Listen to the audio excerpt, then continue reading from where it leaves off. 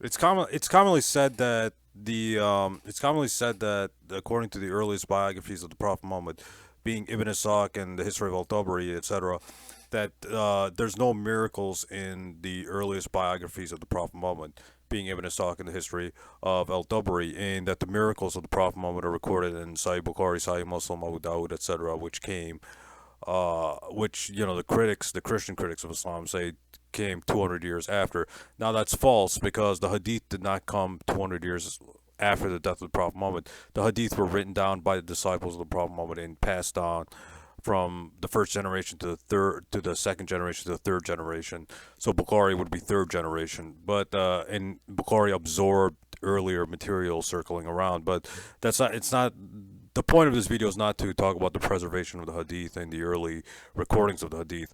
The point of this video is to show that according to the earliest biographies of the Prophet Muhammad, the earliest biographies being this book, uh, the life of Muhammad Ibn Ishaq, the life of Muhammad, by Alfred Guillaume, the life of Muhammad by Ibn Ishaq, and according to this book,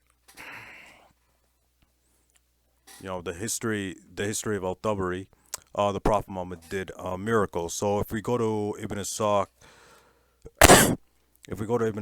page, let's see here,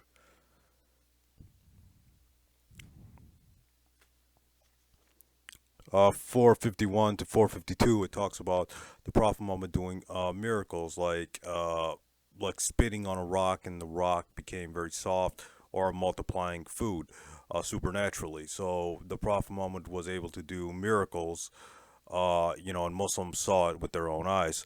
Non-Muslims also, or pagans or whatever, basically, non-Muslim enemies of the Prophet Muhammad saw him do miracles too, according to this book, The History of Al-Tabari, Volume 6.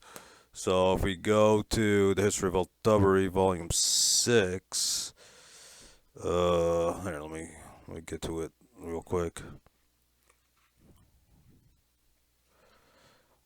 Uh, there is a section called Proofs of Prophethood. It's the History of Al-Tabari, Volume 6, page 66, where, Proofs of Prophethood, where a man asked the Prophet Muhammad to do a sign, and the Prophet Muhammad showed him a sign. The man said, "Summon that cluster of dates." So the Prophet looked at the cluster of dates hanging from a palm tree and summoned it and began to snap his fingers until it stood before him. Then the man said, "Tell it to go back," and it went back. The Amir said, "Oh, Bunny Amr, I have never seen a greater magician than I've seen today." So the Prophet Muhammad did a miracle where he asked a uh, a cluster of dates to come towards him, and the cluster of dates supernaturally came towards him, like telekinesis or something. So Al-Tabari says the stories of proofs of his prophethood are too numerous to be counted. We shall devote a book to this subject if God will. So according to Ibn Ishaq and the history of Al-Tabari, which came before which came before Bukhari, Muslim, Abu Dawud, etc.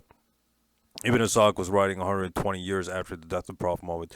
History of Al-Tabari was writing at least 180 years, if I'm remembering correctly, after the death after the death of the Prophet Muhammad. So my point is, like, according to these early sources, being Ibn Ishaq and the history of Al-Tabari, the Prophet Muhammad did miracles according to the earliest biographies, being Ibn Ishaq and the history of Al-Tabari. Now I know I said Ibn Ishaq is generally unreliable.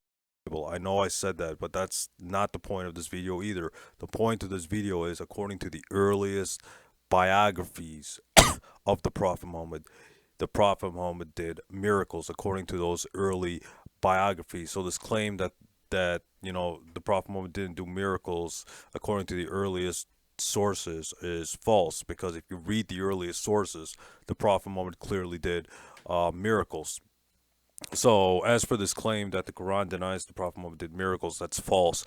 Because if you read those passages, if you read the commentaries on those passages, the commentaries by Al-Tabari, Ibn Kathir, etc., Al-Qurtubi, etc., they say that those that the Quran is denying specific miracles to specific people, the specific people being the pagan Arabs or the Jews, because the Quran states that even if Prophet Muhammad did those miracles, they still wouldn't believe. So, but nowhere in the Quran does it say Prophet Muhammad can never do any kind of miracle. So, my point is, according to the earliest sources of Islam, or the earliest biographies of the Prophet Muhammad, being Ibn Ishaq and the history of Al-Tabari, Prophet Muhammad did miracles according to the earliest sources. So this claim that it's just legends that came after that the Prophet Muhammad did miracles is false, because the earliest sources do state that the Prophet Muhammad did miracles. Stay tuned, more videos coming up.